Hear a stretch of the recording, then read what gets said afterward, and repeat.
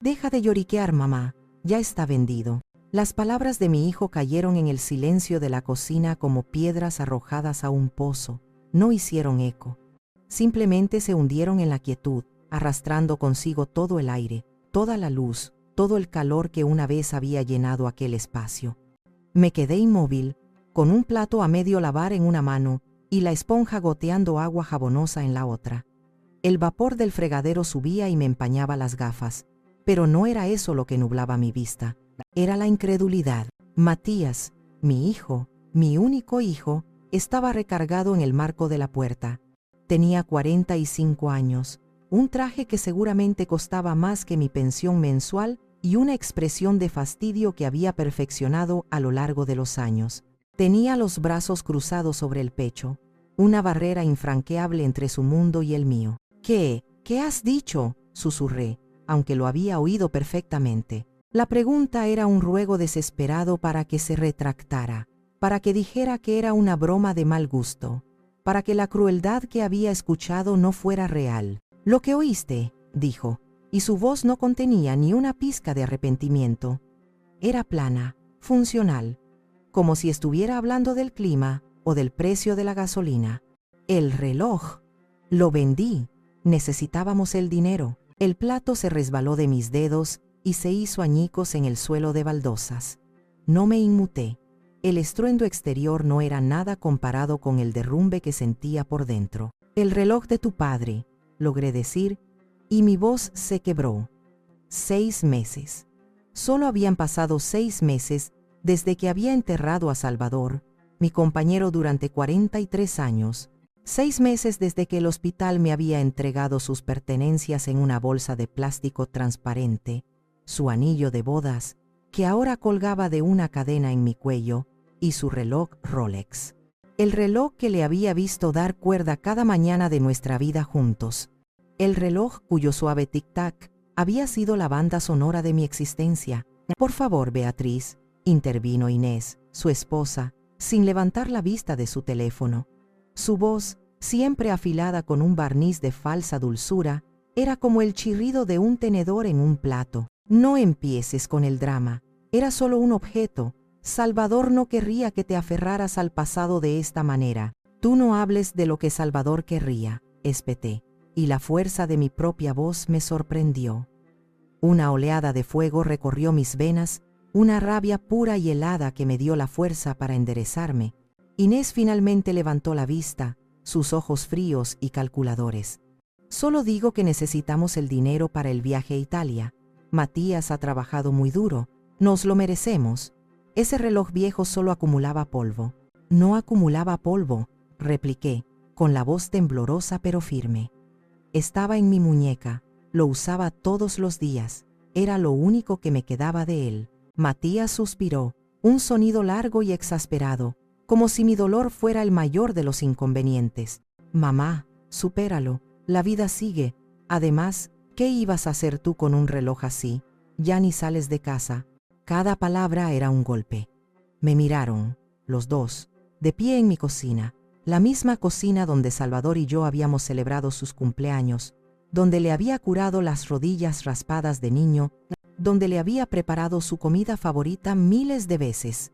Me miraron como si yo fuera una extraña, un obstáculo, y en ese momento lo entendí. No era solo el reloj, era yo. Yo era el objeto viejo que acumulaba polvo en sus vidas perfectas y ocupadas. «Fuera», dije en voz baja. «¿Qué?», preguntó Matías confundido. «He dicho que os vayáis, ahora mismo, fuera de mi casa».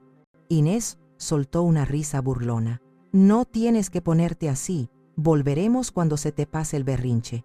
Se dieron la vuelta y se marcharon. Escuché sus pasos en el pasillo, el sonido de la puerta principal abriéndose y cerrándose con un clic definitivo, y entonces el silencio regresó.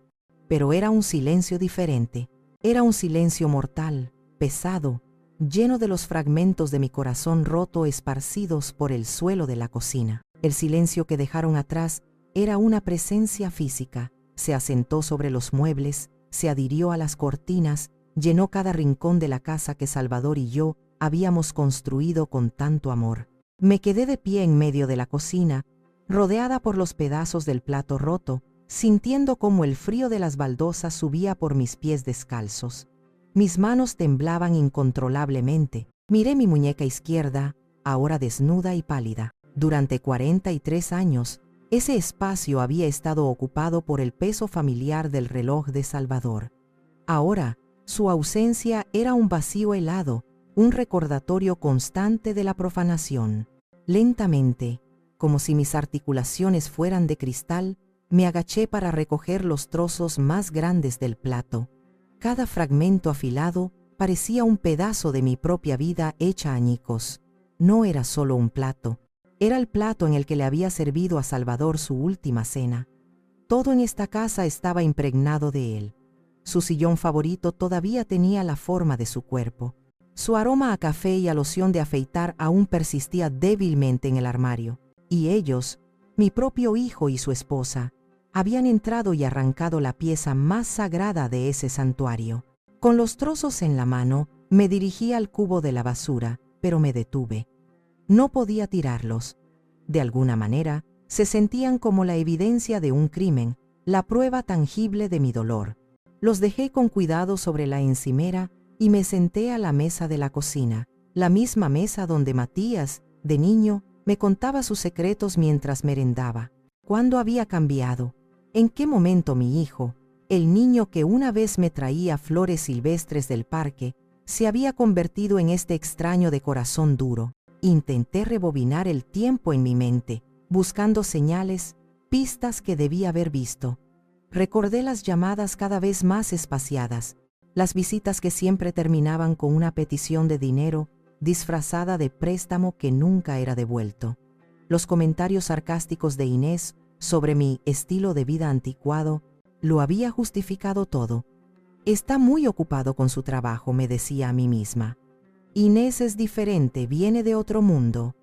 Es mi único hijo, ¿cómo no voy a ayudarlo?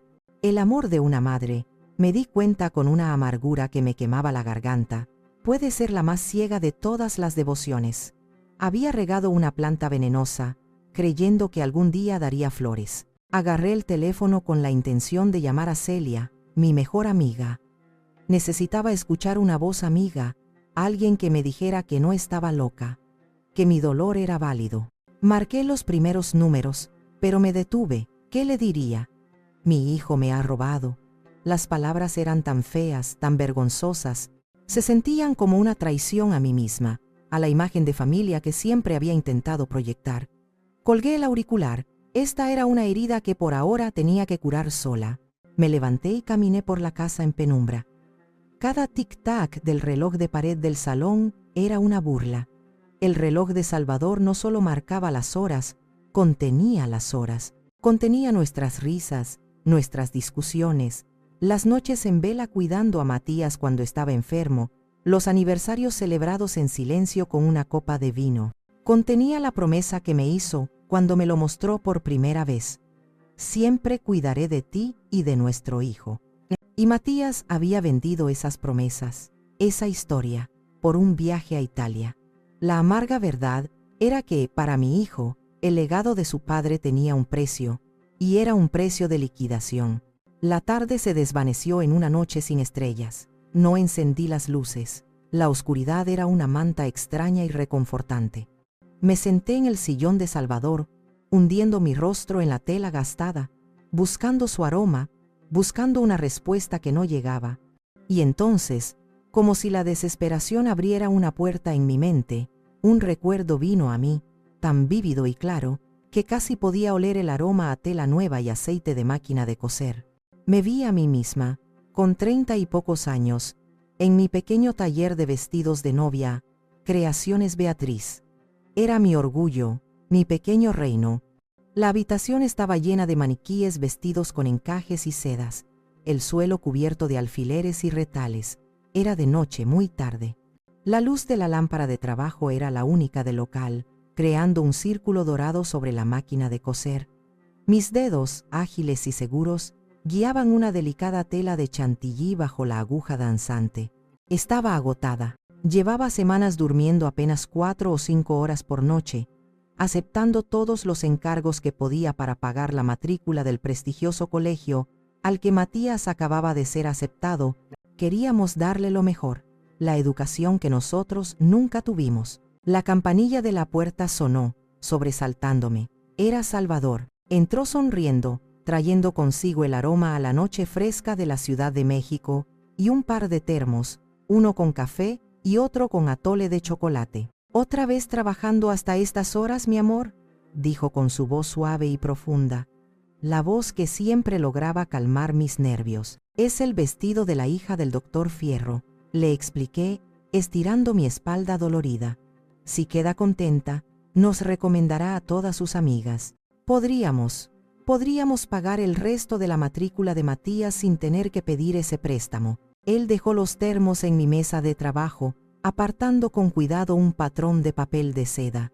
Sus manos, grandes y fuertes por su trabajo en la construcción, eran increíblemente delicadas cuando tocaban mis cosas. «Siempre te exiges demasiado, Beatriz», dijo, rodeando mis hombros con un brazo. Apoyé mi cabeza en su pecho, cerrando los ojos por un instante, absorbiendo su fuerza. «Es por nuestro hijo, Salva, para que él no tenga que luchar como nosotros». «Lo sé», suspiró, «pero también tienes que cuidarte tú». Se quedó en silencio un momento, y luego dijo con un tono de misterio: «Cierra los ojos, tengo algo para ti». Obedecí, con una sonrisa cansada. Escuché el sonido de una caja abriéndose. «Ya puedes abrirlos». Sobre el terciopelo rojo de un estuche descansaba el reloj. Era un Rolex, deslumbrante, elegante, perfecto. El acero brillaba bajo la luz de la lámpara. La esfera azul oscuro parecía un pedazo de cielo nocturno. Me quedé sin aliento. «Salvador, ¿de dónde? No podemos permitirnos esto. Es una locura». «Shh», me silenció, poniendo un dedo en mis labios. «No es una locura, es una inversión, y es un símbolo». Tomó el reloj y lo abrochó con cuidado en su propia muñeca. «Este reloj», dijo, mirándome fijamente a los ojos, «representa cada hora extra que he trabajado, cada ladrillo que he puesto, y representa cada puntada que tú has dado, cada noche que has pasado en vela. Es el fruto de nuestro esfuerzo. Lo llevaré siempre para recordar por qué luchamos, para recordar el futuro que estamos construyendo para Matías». Me eché a llorar. Lágrimas de agotamiento, de gratitud, de un amor tan inmenso que dolía. Él me abrazó fuerte. Un día, me susurró al oído: «Matías entenderá el valor del sacrificio, verá este reloj y sabrá que está hecho de nuestro amor por él». Sentada en la oscuridad de mi salón, 40 años después, el recuerdo me desgarró. La amarga ironía era insoportable. Salvador se había equivocado. Matías nunca había entendido. No había visto amor ni sacrificio en ese reloj. Solo había visto un objeto, un puñado de billetes, un boleto para unas vacaciones de lujo lejos de la madre a la que acababa de robar. La costurera que había cosido su futuro, puntada a puntada, ahora se sentía completamente deshecha. La noche dio paso a un amanecer gris y descolorido, igual que mi estado de ánimo. No había dormido. Di vueltas en la cama, con los ojos abiertos en la oscuridad, mientras los fantasmas de las decisiones pasadas desfilaban ante mí. Cada recuerdo era una punzada de culpa, un «¿y sí?», que me atormentaba. ¿Fui yo quien le enseñó que el dinero podía solucionar cualquier cosa? La respuesta me llegó con la claridad dolorosa de otro recuerdo, uno que había intentado enterrar durante años. Matías tenía 25 años. Ya trabajaba en la empresa de bienes raíces donde había empezado como becario, y la arrogancia de la juventud y el dinero fácil ya empezaba a asomar en él. Una noche, se presentó en casa. Eran más de las 11. Su rostro estaba pálido, sus ojos desorbitados por el pánico.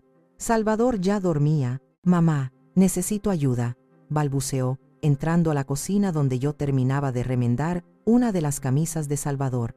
«He cometido un error terrible». Mi corazón de madre se encogió. «¿Qué pasa, hijo? ¿Estás bien?». Le costó contármelo. Las palabras salían a trompicones, llenas de vergüenza. se había metido en una partida de póker con unos clientes importantes. Había perdido mucho más de lo que tenía. Unos hombres le habían dado un plazo de 24 horas para pagar, y sus amenazas no habían sido sutiles. El miedo me paralizó. Mi primer instinto fue despertar a Salvador. Él era el hombre práctico, el de la cabeza fría. Pero Matías me suplicó: «No, por favor, mamá, no se lo digas a papá. Me mataría, me despreciaría. Te juro que he aprendido la lección. Nunca más, te lo juro por lo que más quieras». Y le creí, o quise creerle. La idea de que Salvador viera a su hijo, su orgullo, como un fracasado, me resultaba insoportable. Así que tomé una decisión que me perseguiría para siempre. Al día siguiente, mientras Salvador estaba en el trabajo, fui a una pequeña joyería en el centro. Llevaba conmigo una cajita de terciopelo azul. Dentro estaban los aretes de diamantes que mi madre me había regalado en mi boda. Eran mi tesoro, el único vínculo material que me quedaba con ella. Recuerdo el rostro del joyero, un hombre mayor y amable. «Son preciosos, señora Beatriz, una pieza de familia, sin duda. ¿Está segura?» «Estoy segura», mentí, sintiendo cómo se me desgarraba algo por dentro. «Necesito el dinero para una remodelación en la casa». El fajo de billetes que me entregó me pareció sucio, frío. Era el precio de la decepción de mi hijo, el precio de mi silencio. Esa tarde le di el dinero a Matías. Lloró, me abrazó, me prometió que me lo devolvería, que me compraría unos aretes aún más bonitos.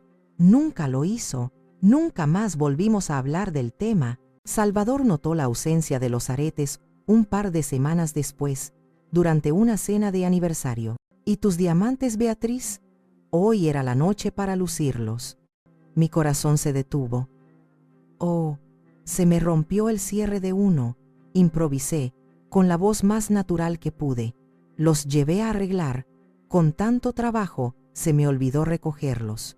Él aceptó la excusa sin dudar. Confiaba en mí ciegamente. Y yo le había mentido. Había mentido para proteger la imagen de un hijo que ahora lo veía claro, no merecía esa protección. Ese fue el principio del fin. Ese acto de amor ciego fue la primera palada de tierra que cavó el abismo que ahora nos separaba. Le enseñé que sus errores no tenían consecuencias reales, porque mamá siempre estaría ahí para pagar el precio, ya fuera con sus joyas, con su paz mental o, finalmente, con el último recuerdo sagrado de su padre. El amor no me había cegado. Yo misma me había vendado los ojos voluntariamente, y ahora, en la cruda luz de la traición, la venda había caído, revelando una verdad monstruosa. Los días que siguieron a la confesión de Matías fueron un borrón de dolor silencioso. La casa, que siempre había sido mi refugio, se convirtió en una jaula de recuerdos. Cada objeto me hablaba de Salvador, y cada recuerdo terminaba con la imagen de mi hijo, de pie en la cocina, con su desprecio como armadura. No llamó, ni él ni Inés. Era como si, al deshacerse del reloj, también se hubieran deshecho de mí. Una tarde sonó el timbre. Era Celia, mi amiga del alma desde que éramos niñas. Llegó con un recipiente de su famoso mole de olla y una mirada que lo decía todo. No necesitaba que yo le contara nada. Mi rostro demacrado y los ojos hinchados eran un testimonio suficiente. «Sabía que no me llamarías, testaruda», dijo, entrando y yendo directamente a la cocina.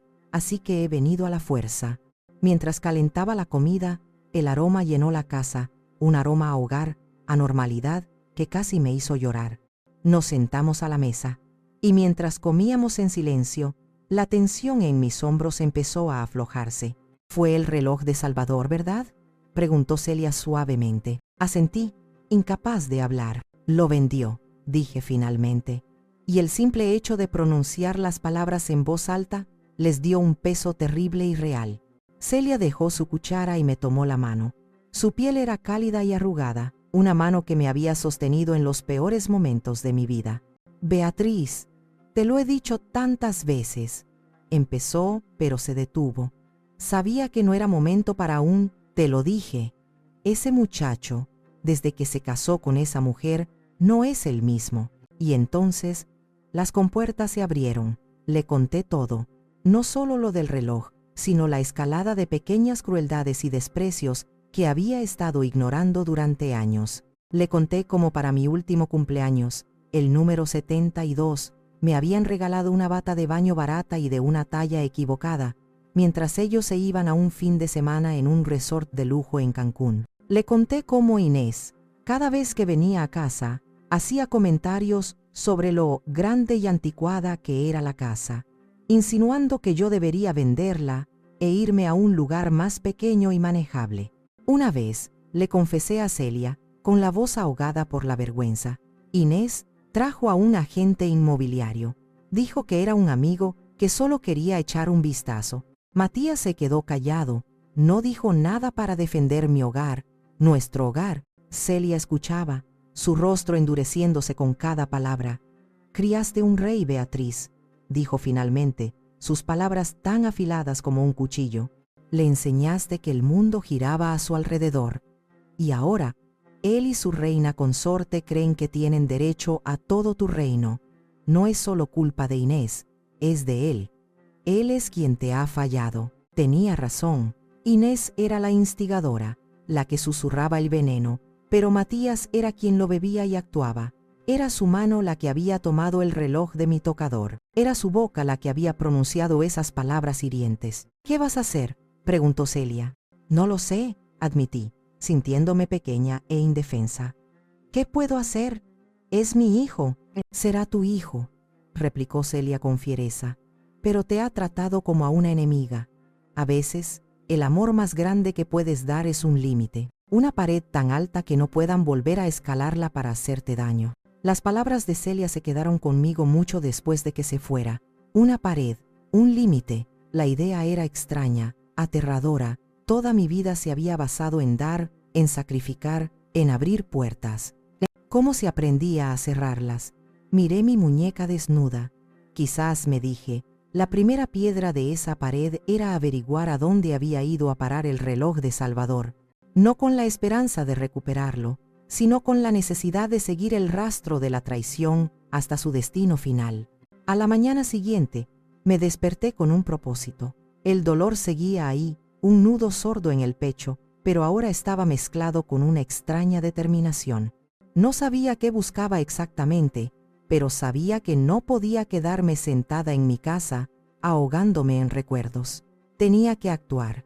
Rebusqué en los cajones del escritorio de Salvador hasta que encontré una vieja agenda. Allí, entre números de teléfono de electricistas y fontaneros, estaba el nombre que buscaba: Horacio Méndez, propietario de El Recuerdo, una casa de empeños y antigüedades en el centro histórico. Salvador y él habían compartido una afición por los relojes antiguos y la historia. Se pasaban horas charlando entre vitrinas polvorientas. Si Matías había vendido el reloj, probablemente lo había llevado a un lugar que conocía, un lugar del que su padre le había hablado. Tomé un taxi. Hacía meses que no iba al centro. El bullicio de la ciudad, los olores de la comida callejera, el torbellino de gente, todo me parecía ajeno, como si lo estuviera viendo a través de un cristal. Me sentía como un fantasma en mi propia ciudad. La tienda de Horacio era exactamente como la recordaba, un refugio de silencio y nostalgia en medio del caos. El aire olía a madera vieja, a papel y a metal. Cientos de objetos, cada uno con su propia historia, abarrotaban las estanterías.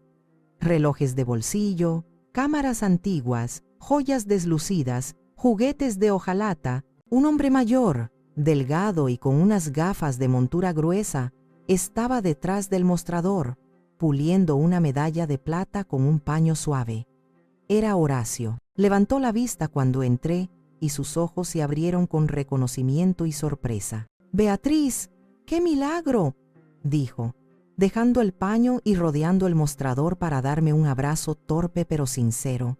«Desde el funeral de Salvador que no te veía. ¿Cómo has estado?» «He estado tirando, Horacio», respondí, agradecida por su amabilidad. «Lamento no haber venido antes». «No te preocupes, cada uno lleva el luto a su manera». Me miró con atención, Pero algo te preocupa. Tienes la misma mirada que ponía Salvador cuando una de sus inversiones no iba bien. Respiré hondo. Vengo por el reloj de Salvador, su Rolex. La sonrisa de Horacio se desvaneció. Su rostro se llenó de una profunda tristeza y, me pareció, de una pizca de incomodidad. Volvió a su lugar detrás del mostrador y se ajustó las gafas. Tu hijo, Matías, estuvo aquí, dijo en voz baja, como si temiera que las paredes oyeran. Hace 2 días. Lo sé, confirmé, con el corazón encogido. Me dijo que lo había vendido. Horacio asintió, sin mirarme a los ojos. Se puso a ordenar unos papeles que no necesitaban orden. Le ofrecí un precio justo, Beatriz, pero le dije que era una locura venderlo.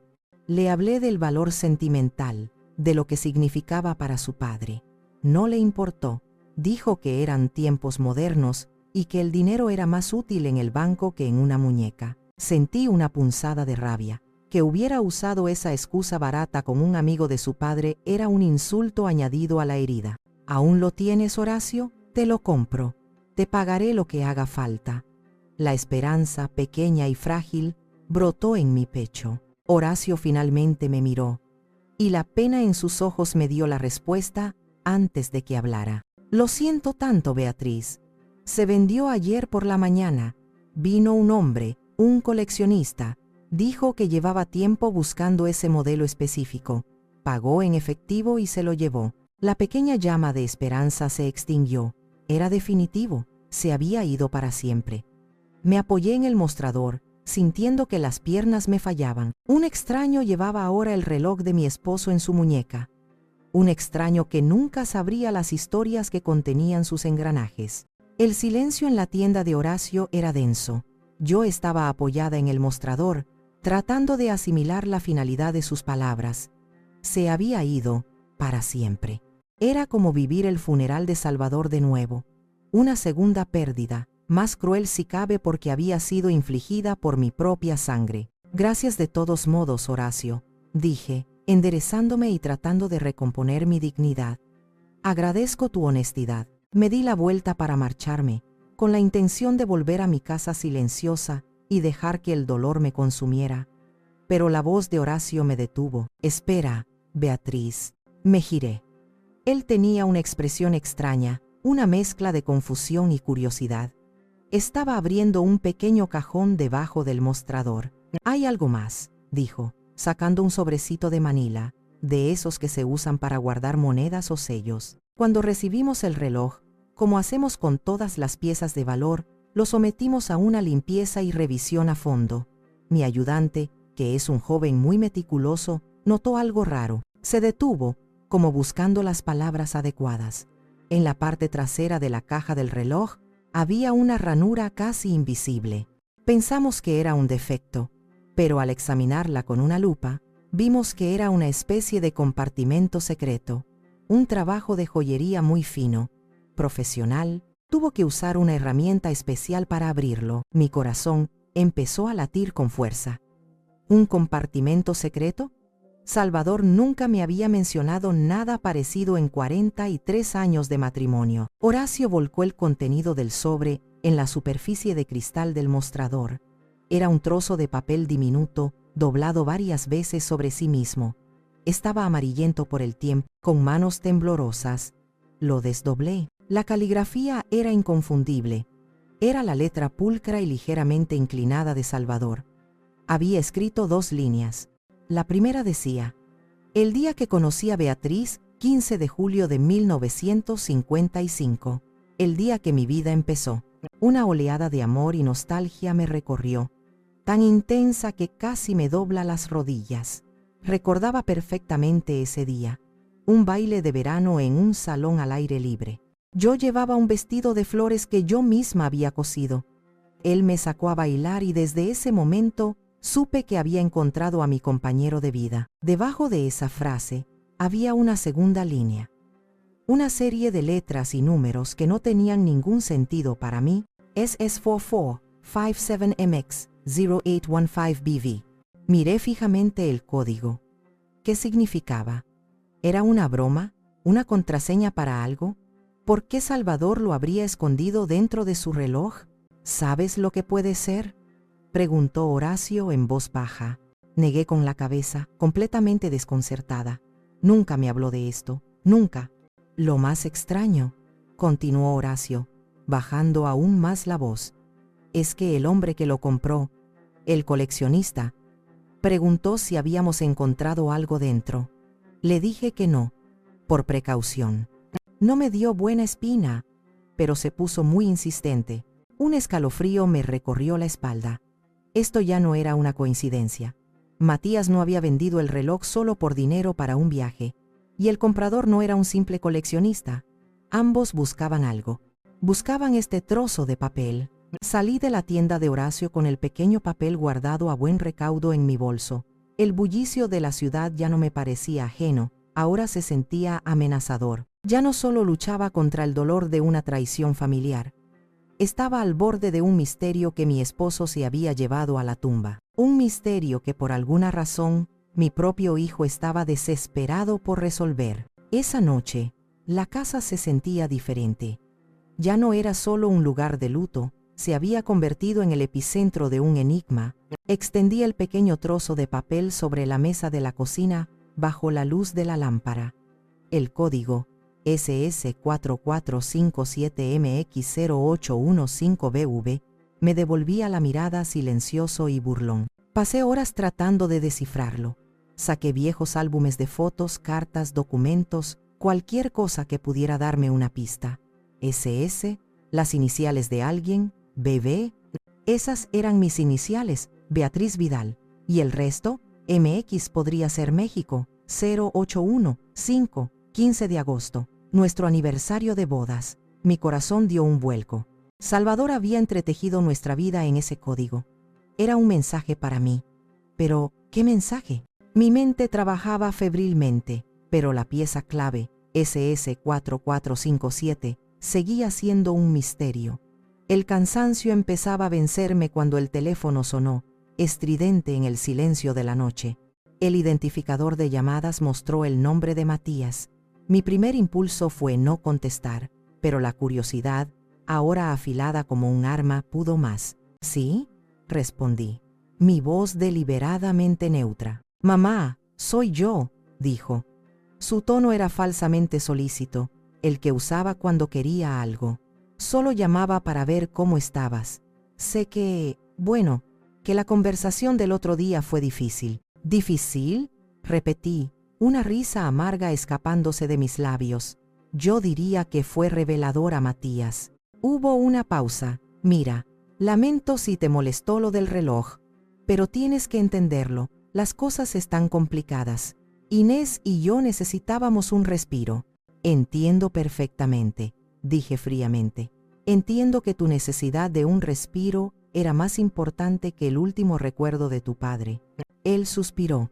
El sonido de la impaciencia al otro lado de la línea. No llamaba para discutir, solo quería saber si estabas bien, si necesitabas algo. Decidí tenderle una trampa. Era una apuesta, pero la expresión de Horacio al hablar del coleccionista insistente me había dejado una profunda inquietud. «Estoy bien», dije, tratando de que mi voz sonara casual, un poco distraída. «De hecho, he pasado el día ordenando algunos papeles viejos de tu padre. Es increíble la cantidad de cosas que guardaba». «Ah, sí, papá era muy meticuloso», respondió, sin mostrar mucho interés. «Sí, encontré algunas cosas curiosas. Notas, apuntes». Dejé la frase en el aire. El silencio al otro lado de la línea fue casi imperceptible, pero yo lo sentí, un cambio en la tensión. «¿Notas?», preguntó su voz un poco más aguda.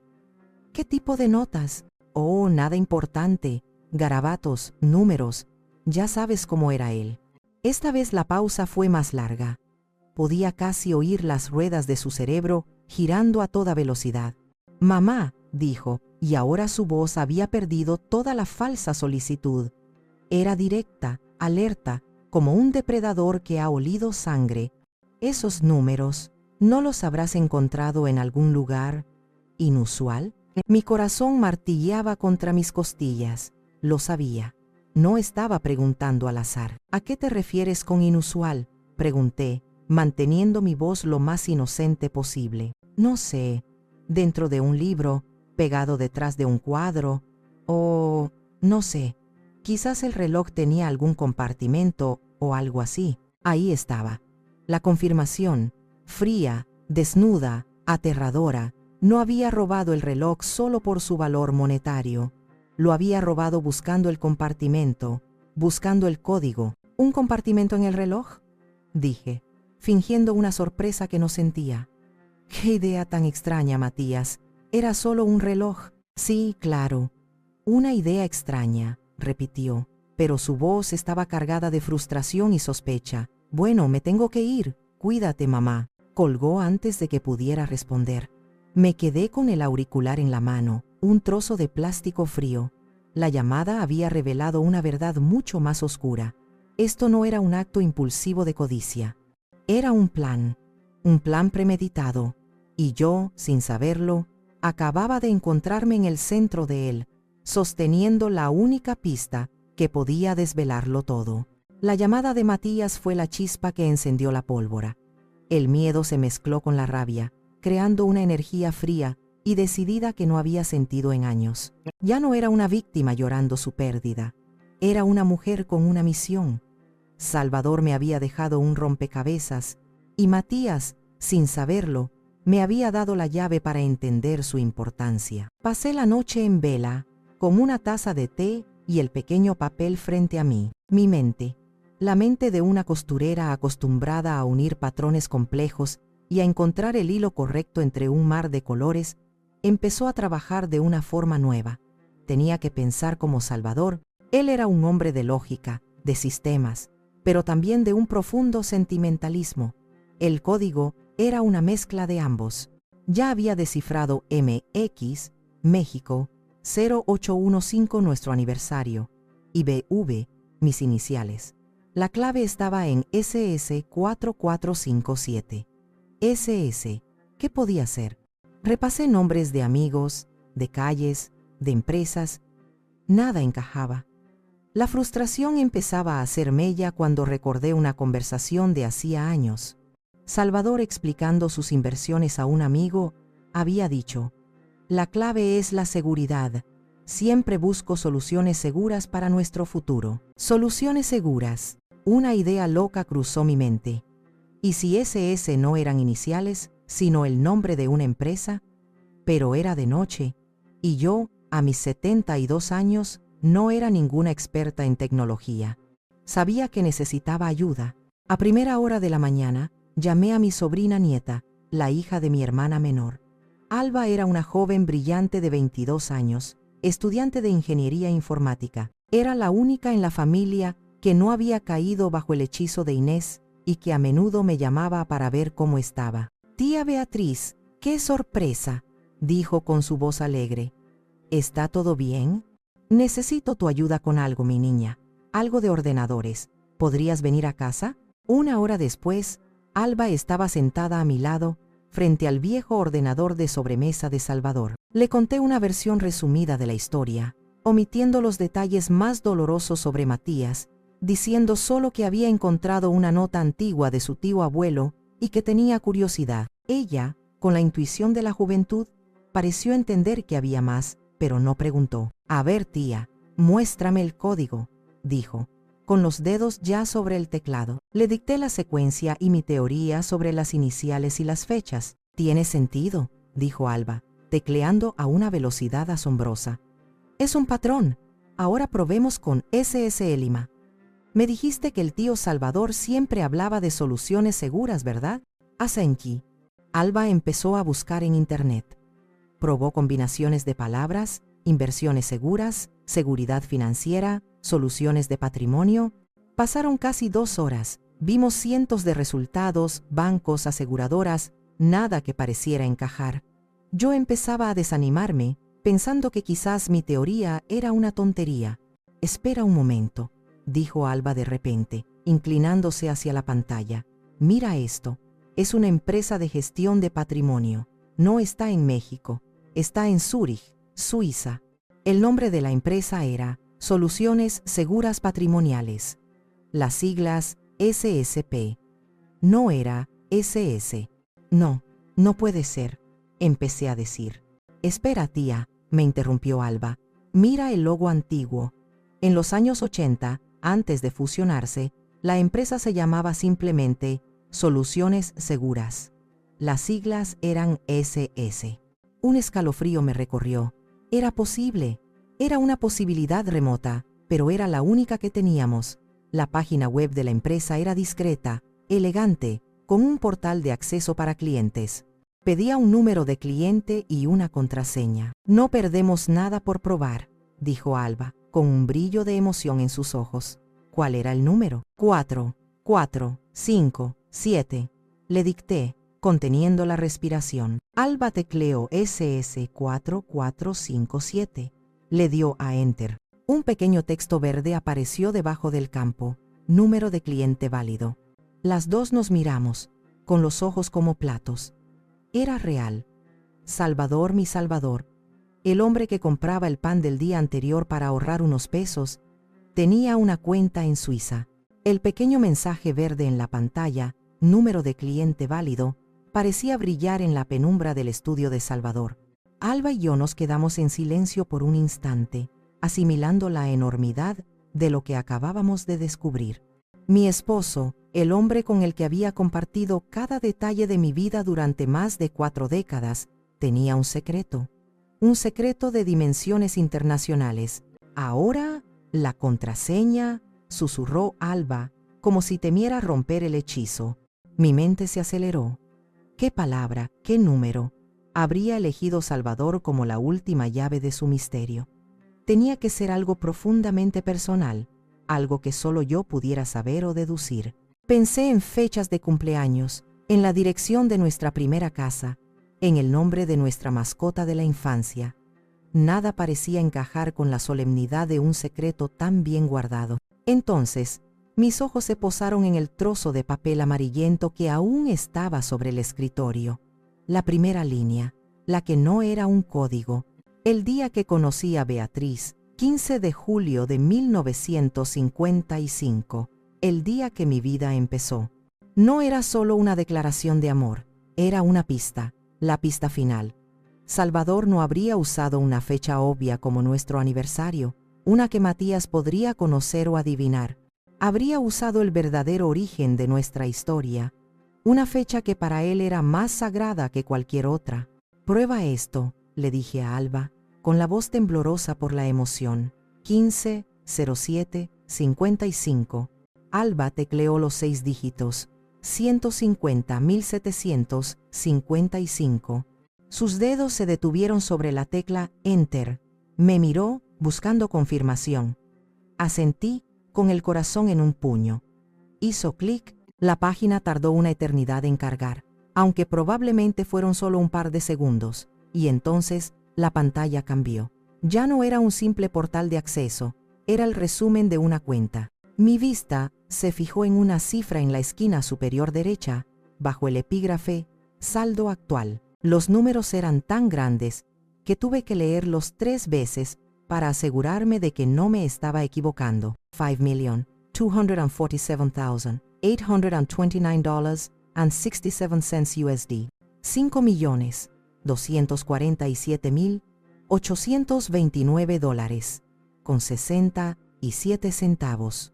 Un jadeo ahogado escapó de mis labios. Alba se llevó una mano a la boca. Me apoyé en el respaldo de la silla, sintiendo que la habitación daba vueltas a mi alrededor. Era imposible.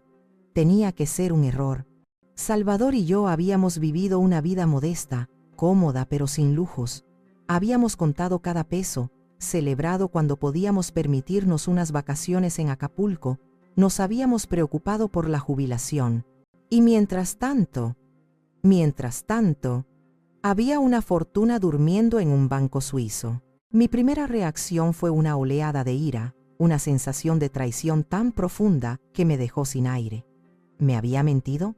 ¿Toda nuestra vida juntos había sido una farsa? Todas mis preocupaciones, todos mis pequeños sacrificios, ¿habían sido innecesarios? Pero entonces, mientras mis ojos recorrían la pantalla, llenos de lágrimas de confusión, vi algo más. En la barra lateral había una sección de mensajes seguros. Y dentro, una única carpeta. El nombre de la carpeta me heló la sangre. Para Beatriz, emergencia, no era una cuenta para esconder dinero. Era un refugio, un plan de contingencia. Salvador había previsto una emergencia tan grave que requería una fortuna secreta y un código escondido en su reloj. Mi ira se disipó, reemplazada por un miedo helado. ¿Qué clase de catástrofe había anticipado mi esposo? Hice clic en la carpeta, con el presentimiento de que la verdad sería mucho más dolorosa que cualquier mentira. Dentro de la carpeta Emergencia, solo había 2 archivos. Uno era un documento de texto con un nombre simple, Instrucciones. El otro era un archivo de video llamado Si estás viendo esto. Mi mano temblaba mientras movía el cursor del ratón hacia el archivo de video. Alba, a mi lado, permanecía en un silencio respetuoso, entendiendo que este era un momento que debía enfrentar sola. Hice doble clic. La pantalla se quedó en negro por un segundo y luego se iluminó con el rostro de mi esposo. Ver a Salvador de nuevo, vivo y en movimiento, fue un golpe devastador y maravilloso a la vez. Estaba en su pequeño estudio en casa, el mismo en el que yo me encontraba ahora. Parecía más viejo, más cansado de lo que lo recordaba. Había profundas ojeras bajo sus ojos, y su sonrisa, cuando intentó esbozar una, no le llegó a la mirada. El video había sido grabado hacía poco más de un año. Beatriz, mi amor, empezó, y el sonido de su voz, tan familiar y a la vez tan lejano, me rompió el corazón. Si estás viendo esto, significa que yo ya no estoy, y significa que la emergencia que tanto temía ha ocurrido. Se frotó los ojos, un gesto que yo conocía también, el que hacía cuando estaba abrumado por la preocupación. Sé que debes tener miles de preguntas y rabia. Tienes todo el derecho a sentirla. Perdóname por haberte ocultado esto. Nunca fue mi intención mentirte. Mi intención siempre fue protegerte. Hizo una pausa, respirando hondo. El dinero, Beatriz, no lo gané yo. La mayor parte es una herencia de mi padre. Un dinero que él mismo mantuvo en secreto. Él vivió la Gran Depresión, vio a familias perderlo todo de la noche a la mañana. Me hizo prometerle que usaría ese dinero solo para proteger a nuestra familia de una verdadera catástrofe. Durante años, lo he invertido, lo he hecho crecer, siempre con ese propósito en mente. Esperaba no tener que usarlo nunca. Esperaba poder contártelo todo una noche, cuando fuéramos viejos y nuestros únicos problemas fueran decidir dónde cenar. Sus ojos se llenaron de lágrimas, pero la catástrofe llegó, y no vino de fuera. Beatriz creció dentro de nuestra propia casa. Mi respiración se detuvo. He tenido que esconder este dinero, mi amor, continuó, su voz ahora un susurro ronco. No de ti, he tenido que esconderlo de Matías. El nombre de nuestro hijo, pronunciado por Salvador en ese contexto, fue como una puñalada. Nuestro hijo, dijo Salvador, y el dolor en su voz era palpable. Tiene un problema de juego y de deudas. Ha estado pidiendo préstamos, falsificando documentos. Está en un pozo muy hondo. Al principio, intenté ayudarlo en secreto, pagar algunas cosas, pero era un saco sin fondo. Y entonces la cosa empeoró. Salvador desvió la mirada de la cámara, como si le avergonzara lo que iba a decir. Empezó a hacer preguntas sobre mi testamento, sobre poderes notariales. Contrató a un abogado para averiguar cómo declararme incompetente para tomar el control de todo. Quería nuestro patrimonio, Beatriz, lo quería todo, y lo quería ya. Sentí que el suelo desaparecía bajo mis pies. Alba ahogó un grito a mi lado. No podía decírtelo, dijo Salvador, mirándome de nuevo a través de la pantalla, con una súplica desesperada en sus ojos.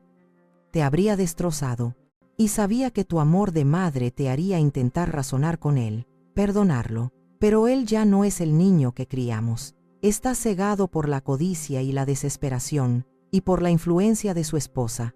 Por eso creé este plan. El reloj, el código, Todo era para guiarte hasta aquí si algo me pasaba antes de que pudiera asegurarlo todo. Era la única forma de poner este dinero fuera de su alcance y de darte a ti las herramientas para defenderte. El video terminó con una última y desgarradora frase. Abre el otro archivo, el de las instrucciones, dentro hay un informe. Tienes que leerlo, tienes que saber a qué te enfrentas. Te quiero, Beatriz, siempre te querré. La pantalla se quedó en negro. Me quedé inmóvil, paralizada por el horror y el dolor. El hombre al que amaba había pasado el último año de su vida librando una guerra secreta para protegerme de nuestro propio hijo. Y yo no me había dado cuenta de nada. Con una sensación de pavor, moví el ratón y abrí el segundo archivo. Era un documento PDF. La primera página era un resumen de un informe de un investigador privado que Salvador había contratado. Detallaba, con una precisión escalofriante, las deudas de juego de Matías, que ascendían a más de $300,000. Listaba los préstamos fraudulentos y adjuntaba transcripciones de reuniones con abogados donde Matías e Inés discutían fríamente la mejor estrategia para declararme senil y tomar el control de mis bienes una vez que Salvador hubiera muerto. La catástrofe no era una posibilidad, ya estaba aquí. Y yo, gracias a mi esposo, estaba a punto de enfrentar la armada. Después de que Alba se fue, prometiendo guardar el secreto y ayudarme en todo lo que necesitara, pasé el resto del día en un estado de trance. Leí el informe del investigador una y otra vez, cada página una nueva capa de la traición. Vi los nombres de los casinos en línea, las fechas de las transferencias de dinero, las notas detalladas de las conversaciones. Inés era la estratega, siempre empujando, siempre planeando. Matías era el ejecutor, débil y fácil de manipular, pero cómplice en cada paso.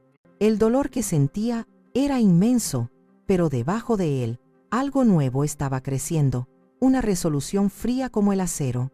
Salvador no había hecho todo esto para que yo me derrumbara. Me había dado un escudo y una espada, y yo iba a usarlos. A la mañana siguiente, recibí la llamada que esperaba. Era Matías. Mamá, hola. Oye, Inés y yo pasaremos a despedirnos antes de ir al aeropuerto. Estaremos ahí en una media hora. Su voz era casual, casi alegre. La normalidad de su tono era grotesca. Aquí estaré, respondí, con la misma calma. Colgué y me preparé para la batalla. No me vestí de luto. Elegí un vestido sencillo pero elegante, el que Salvador siempre decía que me hacía parecer una dama. Me arreglé el pelo y me puse un poco de maquillaje. Cuando se miraran en el espejo de mi dignidad, quería que vieran reflejada su propia miseria. Llegaron puntuales. Matías llevaba una pequeña maleta de mano.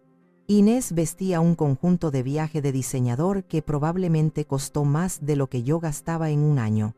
Entraron sonriendo, la imagen perfecta de una pareja exitosa. Solo queríamos darte un beso antes de irnos, dijo Inés, acercándose para darme un beso al aire, su perfume caro invadiendo mi espacio. ¡Qué detalle!, respondí, mi voz sin inflexiones. Los ojos de Matías recorrieron el estudio, deteniéndose en el ordenador apagado. ¿Qué hacías, mamá? ¿Sigues con los papeles viejos de papá? Sí, dije, caminando lentamente hacia el escritorio. Es fascinante. Tu padre tenía muchos secretos. La palabra secretos quedó flotando en el aire. Vi cómo Inés y Matías intercambiaban una mirada fugaz. Ah, sí, ¿cómo qué?, preguntó Inés, fingiendo un interés casual mientras se acercaba a mi lado, sus ojos fijos en la pantalla del ordenador. Decidí empezar a tender la red. Bueno, por ejemplo, he descubierto que tu padre tenía una especie de cuenta de inversión de la que yo no sabía nada, nada importante al parecer. Unos cuantos miles de dólares quizás. El cambio en sus expresiones fue eléctrico. La sonrisa de Inés se tensó. Matías dio un paso adelante, intentando parecer relajado, pero sus manos se cerraron en puños a sus costados. ¿Una cuenta de inversión?, preguntó Matías, su voz un poco demasiado alta. ¿Qué tipo de cuenta? No estoy segura, mentí, abriendo un cajón y sacando unos papeles sin importancia. Los documentos son muy confusos. Probablemente necesite contratar a un contable para que me ayude a entenderlo todo. Nosotros podemos ayudarte, se apresuró a decir Inés con un brillo febril en los ojos. Matías es muy bueno con los documentos financieros, ¿verdad, cariño? Claro, mamá, dijo él. No gastes dinero en contables. Esos tipos cobran una fortuna. Yo puedo echarle un vistazo gratis. Puedo permitirme una fortuna, Matías, respondí suavemente. El silencio que siguió fue denso y pesado. La máscara de preocupación de Inés se estaba resbalando, revelando a la mujer calculadora que había debajo. Matías parecía vibrar con una energía frustrada. Podía sentir su codicia como un animal hambriento en la habitación. Estaban a punto de caer en la trampa. El ambiente en el pequeño estudio se había vuelto tenso, cargado de palabras no dichas y de intenciones ocultas. Inés fue la primera en intentar romper la tensión, aunque su intento fue torpe y transparente. Bueno, quizás deberíamos irnos ya, dijo, mirando su propio reloj, uno ostentoso y cubierto de brillantes. No queremos perder el vuelo. Pero Matías no se movió. Estaba anclado al suelo por su propia avaricia. Sus ojos no se apartaban de los papeles que yo sostenía en mi mano. Mamá, dijo, y su voz adoptó ese tono condescendiente que yo había llegado a odiar, el que usaba para tratarme como a una niña. Sobre esa nota que encontraste, la de los números, quizás debería echarle un vistazo antes de irnos, solo para asegurarme de que no es nada importante. Inés segíró hacia bruscamente. ¿Qué números?, preguntó su voz afilada. Matías le lanzó una mirada de advertencia. Mamá encontró una especie de código en unos papeles viejos. Probablemente no sea nada, pero nunca se sabe. Ahora Inés estaba completamente alerta. Su emoción por las vacaciones había sido reemplazada por una concentración láser. Se acercó más, sus ojos como los de un halcón. ¿Qué tipo de código? Ese era el momento que Salvador había preparado para mí. Me erguí, usando toda mi altura para mirar a mi nuera desde arriba. Durante años me había sentido pequeña e insignificante a su lado. Ya no. El tipo de código, dije, mi voz tranquila pero cortante como un cristal roto, que no es de tu incumbencia. La cara de Inés se enrojeció. Perdóneme, pero... Me has oído perfectamente, la interrumpí. Mi esposo me dejó un mensaje privado, y privado es la palabra clave. Mamá, intervino Matías poniéndose entre nosotras. Somos familia, no hay necesidad de secretos. La ironía de sus palabras era tan grotesca que casi me eché a reír. ¿Secretos?, repetí, saboreando la palabra. ¿Te refieres a secretos como deudas de juego de cientos de miles de dólares? ¿O secretos como planes para incapacitar a tu propia madre? El color desapareció del rostro de Matías. La boca de Inés se abrió en una "oh" perfecta de incredulidad y pánico. No sé de qué estás hablando, balbuceó Matías, pero su voz era débil y temblorosa. Caminé lentamente hacia el escritorio de Salvador y abrí el cajón superior. Saqué la primera página del informe del investigador privado y la deslicé sobre la superficie de madera pulida. ¿Te suena el nombre Inversiones Reyes, S.A.D.C.V.? Pregunté, señalando el nombre de la empresa fantasma que Matías había creado para solicitar préstamos fraudulentos. Observé cómo el último vestigio de compostura se desmoronaba en sus rostros. Eran como actores en un escenario cuyo telón acababa de caer inesperadamente, revelando la farsa a un público silencioso. Tu padre lo sabía, Matías, continué, mi voz firme como una roca. Lo sabía todo, cada apuesta que hiciste, cada mentira que dijiste, cada plan que urdiste con tu esposa para robarnos. Contrató a un profesional para documentarlo todo. Inés se recuperó primero, su pánico transformándose en una furia viperina. Usted es una vieja loca y mentirosa, se lo está inventando todo. Me estoy inventando los $300,000 que tu marido debe a casinos en línea en el extranjero, repliqué, mirándola directamente a los ojos.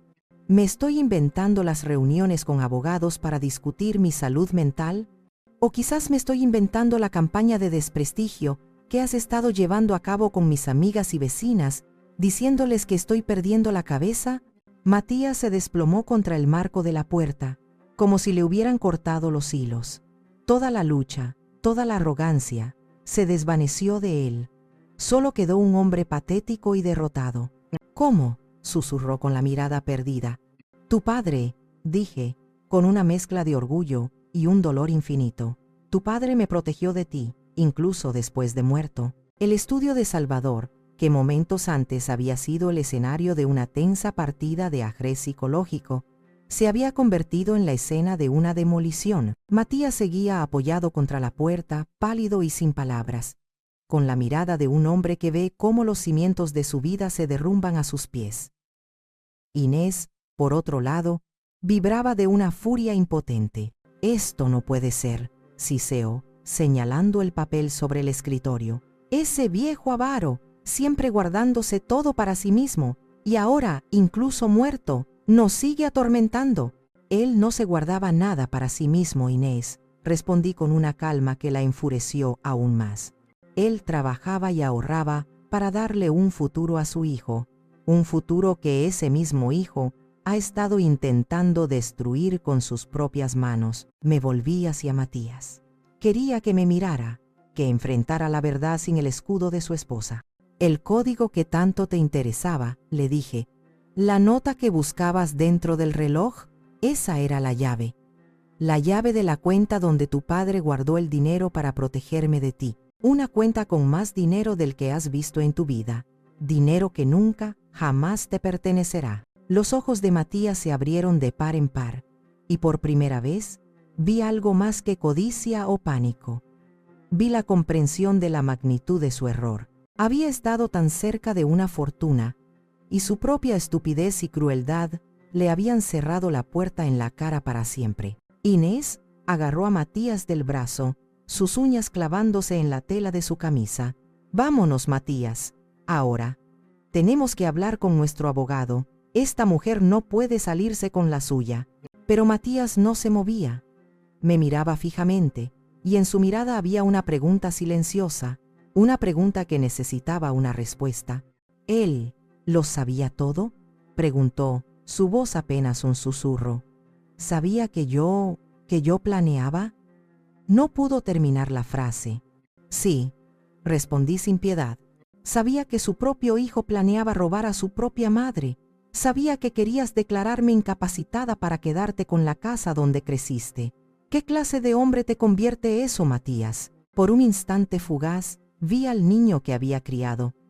Un destello de vergüenza, de confusión, de un dolor genuino cruzó su rostro. Era el niño que lloraba cuando se caía de la bicicleta, el que me abrazaba con fuerza cuando tenía una pesadilla. Pero el momento pasó tan rápido como llegó. El agarre de Inés en su brazo se tensó, y la máscara de hombre duro y resentido volvió a su lugar. «Esto no ha terminado», siseó Inés mientras lo arrastraba hacia el pasillo. Su voz era una promesa de guerra. Me quedé en la puerta del estudio, viéndolos alejarse.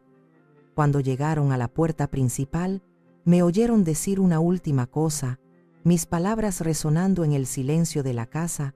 «Oh, sí que ha terminado, Inés», dije con una claridad absoluta. «Terminó el día que decidisteis que yo valía más para vosotros muerta, o encerrada, que viva». La puerta principal se cerró de un portazo. El sonido fue violento, definitivo, pero esta vez, el silencio que quedó atrás no era de dolor, era de poder, el poder de la verdad. Me quedé sola, rodeada de los secretos de mi esposo, con la certeza de que la verdadera batalla, la batalla legal, no había hecho más que empezar. Pero por primera vez en 6 meses, no tenía miedo. Salvador me había preparado para la guerra. Los 2 días siguientes fueron de una calma tensa. Sabía que Matías e Inés no se quedarían de brazos cruzados. Había desenmascarado su plan, pero eso solo los haría más desesperados y peligrosos. Siguiendo las instrucciones que Salvador había dejado en el documento de texto junto al video, llamé al número de un abogado en la Ciudad de México, el licenciado Ramírez. «Señora Beatriz, la estaba esperando», fue lo primero que dijo el licenciado Ramírez cuando me presenté. Salvador fue muy claro con sus instrucciones. El protocolo de emergencia, como él lo llamaba, está listo para ser activado. La eficiencia y la previsión de mi esposo seguían asombrándome. Había pensado en todo. Le expliqué al abogado la visita de Matías e Inés y la confrontación. Él escuchó con atención, tomando notas. «Perfecto», dijo al final. «Han mordido el anzuelo. Ahora, solo tenemos que esperar a que hagan su movimiento». No tuvimos que esperar mucho. A la mañana del tercer día, un mensajero entregó un sobreoficial en mi puerta. Eran documentos legales. Una notificación de que mi hijo, Michael Reyes Vidal, había presentado una petición ante un juez de familia para solicitar mi evaluación psiquiátrica y la asignación de un tutor legal para gestionar mis bienes, alegando comportamiento errático y posible demencia senil. La audacia de su ataque me dejó sin aliento, pero no me asustó. Escaneé los documentos y se los envié por correo electrónico al licenciado Ramírez. Su respuesta fue casi inmediata. Activando el protocolo. Esté tranquila, Beatriz. La justicia ya está en camino. Lo que sucedió a continuación fue una sinfonía de consecuencias legales perfectamente orquestada por Salvador desde la tumba. A la mañana siguiente, mientras yo tomaba mi café en la cocina, vi a través de la ventana como 3 vehículos negros indistintivos se detenían frente a la moderna casa de Matías e Inés, al otro lado de la calle en su lujoso barrio cerrado. Hombres y mujeres con chalecos que decían «Agencia de Investigación Fiscal» empezaron a salir de los coches. Mi teléfono sonó. Era un número desconocido. Contesté. «Mamá, ¿qué has hecho?», gritó la voz de Matías, llena de pánico y desesperación. Podía oír sirenas y conmoción de fondo. «Yo no he hecho nada, Matías», respondí con una calma glacial, observando cómo los agentes llamaban a su puerta. «Simplemente me he defendido, algo que tú deberías haber hecho por tu familia, en lugar de intentar destruirla. Nos van a arruinar, están aquí, se lo van a llevar todo. Vosotros os arruinasteis solos», le dije. «Yo solo he permitido que la verdad salga a la luz». Se escuchó la voz estridente de Inés al fondo, gritándole a uno de los agentes. Luego me la pasó. «Escúcheme bien, bruja vengativa», chilló. «Va a pagar por esto. Tenemos los mejores abogados». «Vuestros abogados», respondí, «están a punto de descubrir que se enfrentan a un caso de fraude fiscal, estafa y conspiración para cometer abuso de ancianos». El informe del investigador privado, junto con todas las pruebas financieras que Salvador recopiló, fueron entregados a las autoridades esta mañana. Hubo un silencio sepulcral al otro lado de la línea, solo interrumpido por las voces firmes de los agentes. Salvador lo documentó todo, Inés. Cada préstamo fraudulento de Matías, cada intento de acceder a mis cuentas. Vuestro plan no solo era inmoral, era ilegal, y ahora vais a enfrentar las consecuencias. Colgué el teléfono. Me senté a la mesa de mi cocina, la misma donde había sentido que mi mundo se acababa hacía unos días. El sol de la mañana entraba por la ventana. Por primera vez en mucho tiempo, sentí paz. No era una victoria feliz, era una justicia triste y necesaria. La casa de Matías e Inés, que siempre había parecido un monumento a la codicia, ahora parecía lo que era, la escena de un crimen. Una semana después, me reuní con el licenciado Ramírez en su despacho, un lugar sobrio y elegante en el corazón del distrito financiero. Sobre la mesa de caoba pulida había varias carpetas. El abogado me explicó el estado de la situación con una claridad profesional. «Los cargos contra su hijo y su nuera son muy serios, Beatriz», dijo. «Fraude bancario, evasión fiscal y, lo más grave, la Fiscalía ha añadido el cargo de conspiración para cometer abuso de persona mayor vulnerable. Las pruebas que Salvador reunió son abrumadoras. Es poco probable que puedan evitar la cárcel». Asentí en silencio, asimilando la dura realidad. A pesar de todo, la idea de mi hijo en prisión era un pensamiento doloroso. Salvador era un hombre extraordinario, continuó el licenciado Ramírez, mirándome con un profundo respeto. Metódico, paciente y con una visión de futuro increíble. Pero hay algo más que debes saber. Él anticipó que incluso con todas estas pruebas, podrían intentar alargar el proceso, hacerle la vida imposible con batallas legales. Así que preparó un Arma final. El abogado se levantó y fue a una caja fuerte que estaba oculta detrás de un cuadro. Regresó con una pequeña caja de terciopelo azul. La abrió sobre la mesa. Dentro, descansaba el Rolex de Salvador. Me quedé sin aliento. ¿Cómo? Salvador contrató a una agencia de investigadores privados no solo para vigilar a su hijo, sino también para recuperar el reloj en caso de que fuera vendido. Tenían instrucciones de comprarlo inmediatamente a cualquier precio. El coleccionista que se lo compró a Horacio trabajaba para nosotros. Tomé el reloj con manos temblorosas. Su peso familiar era un consuelo. Pero la historia no terminaba ahí. «Mire esto», dijo el abogado. Giró el reloj y presionó un punto casi invisible en la tapa trasera. Con un suave clic, un segundo compartimento secreto se abrió, uno aún más pequeño que el primero. Dentro no había un papel, sino una diminuta tarjeta de memoria micro SD. «Esto», dijo el licenciado Ramírez con solemnidad, «es el verdadero seguro de vida que Salvador le dejó». Insertó la tarjeta en un adaptador y lo conectó a su ordenador portátil. La pantalla se llenó de carpetas, organizadas por fecha, que abarcaban los últimos 18 meses.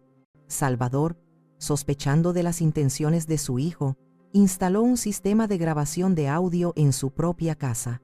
Es completamente legal, ya que era su propiedad. Cada conversación que Matías e Inés tuvieron en su sala, en su cocina, creyendo que usted no los oía o que era demasiado ingenua para entender, está aquí. Hizo clic en un archivo al azar. La voz de Inés llenó la oficina, clara y cruel. «En cuanto el viejo se muera, iniciamos los papeles. Diremos que la vieja chochea, que mezcla las cosas. Con un par de testimonios de amigos preocupados, el juez nos dará el control en menos de un mes». Sentí náuseas. El abogado detuvo la grabación. «Hay cientos de horas de material como este. Es irrefutable». Y luego me explicó la parte final y más brillante del plan de Salvador. Salvador añadió un codicilo a su testamento, que se activaría bajo una condición muy específica: si Matías o cualquier persona en su nombre iniciaba cualquier tipo de acción legal para declararla a usted incompetente. Él lo llamó la cláusula de autodestrucción. Me explicó los términos. En el instante en que Matías presentara la demanda, esa acción activaría automáticamente la cláusula, que estipulaba lo siguiente: la totalidad de las deudas documentadas de Matías, las de juego, los préstamos fraudulentos, se transferirían legalmente para ser pagadas con su parte de la herencia legítima, anulándola por completo. Además, todos los activos restantes de la empresa fantasma, Inversiones Reyes, serían donados irrevocablemente al Hospital Infantil de México. En esencia, el propio acto de codicia de Matías, su intento de quedarse con todo, había sido el gatillo que lo había dejado sin nada, y además, había expuesto sus crímenes al mundo. Salvador no solo había construido un escudo para protegerme, había diseñado una trampa perfecta, usando la propia avaricia de su hijo como cebo. 6 meses después, el sol de la tarde se filtraba por los enormes ventanales del nuevo ala de pediatría del Hospital Infantil. Yo estaba de pie, en silencio, junto a una placa de bronce recién instalada en la pared.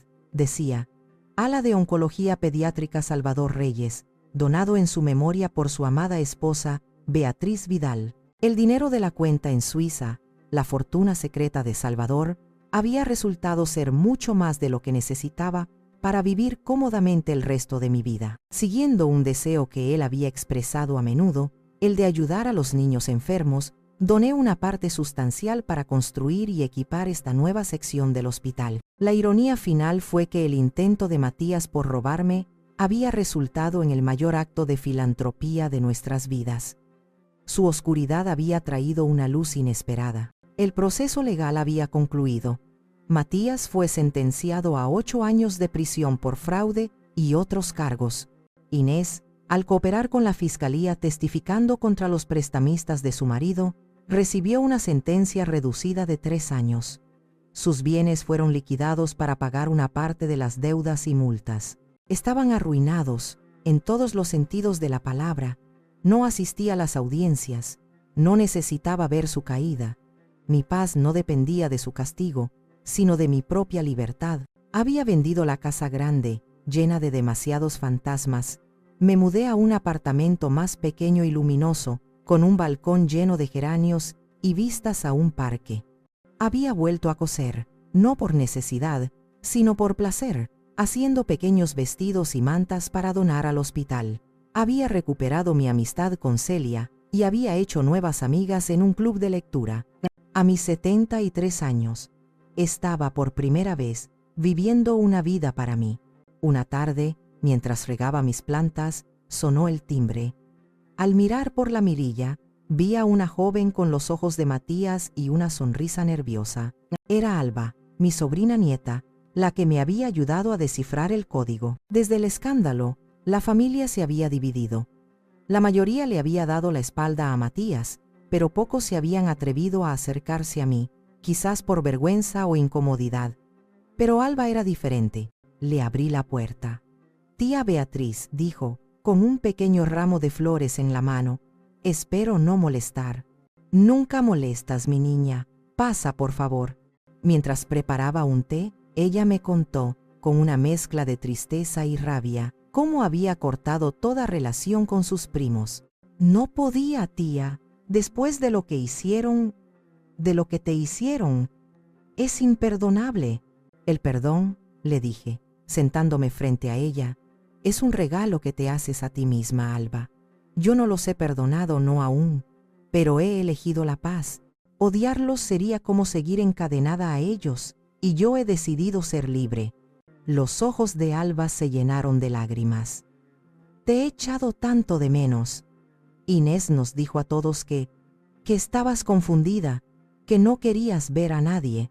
«Inés mintió», dije suavemente, «pero eso ya se acabó. Ahora estoy aquí». Hablamos durante horas. Me contó sobre sus estudios, sus sueños, me enseñó fotos en su teléfono, y en su rostro, en su bondad, vi la redención de la familia. Vi la prueba de que el legado de codicia de Matías no tenía por qué ser el único. Salvador y yo también habíamos sembrado semillas de bondad.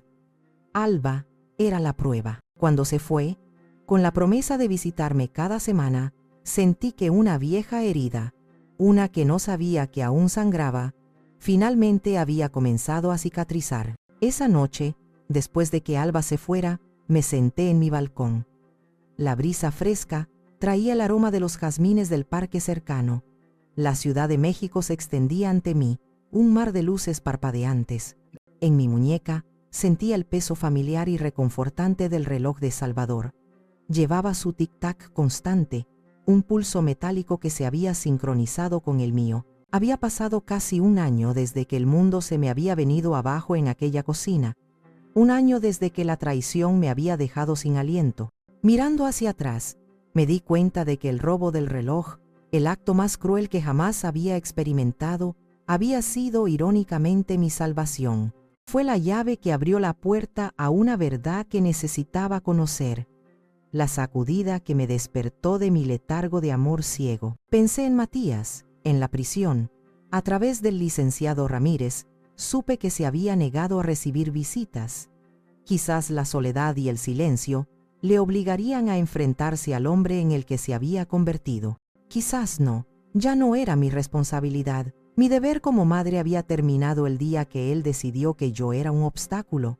Ahora solo podía desearle, desde la distancia, que encontrara algún tipo de paz en su propio infierno. En mi mesa de noche tenía una foto de Salvador.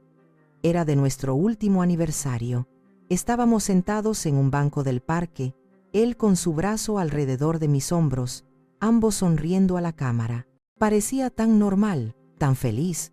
Nadie, y menos yo, podría haber adivinado la guerra secreta que se libraba en su interior, la tormenta de preocupaciones que escondía detrás de esa sonrisa tranquila. La gente habla de grandes historias de amor, de pasión, de gestos románticos, pero mientras observaba las luces de la ciudad, comprendí que la forma más profunda y verdadera del amor no siempre es la más visible. A veces, el amor más grande es silencioso, paciente, protector. Es alguien que te ama lo suficiente como para luchar batallas por ti que que ni siquiera sabes que estás enfrentando. Alguien que pasa los últimos años de su vida no construyendo un imperio para sí mismo, sino una fortaleza para ti. Salvador no me había dejado solo dinero, me había dejado una segunda oportunidad, me había dejado las herramientas para reclamar mi vida, mi dignidad y mi futuro. Había previsto la traición de su propio hijo y se había asegurado de que, incluso después de su muerte, su último acto fuera protegerme. Algunas personas pasan toda su vida buscando esa clase de amor. Yo tuve la suerte de llevarlo en mi muñeca durante 43 años, y ahora lo llevaba en mi corazón para siempre. El tic-tac del reloj en mi muñeca ya no era solo el sonido del tiempo pasando, era el eco del corazón de mi esposo, un recordatorio constante de que el amor verdadero no muere. Simplemente encuentra nuevas formas de cuidarte.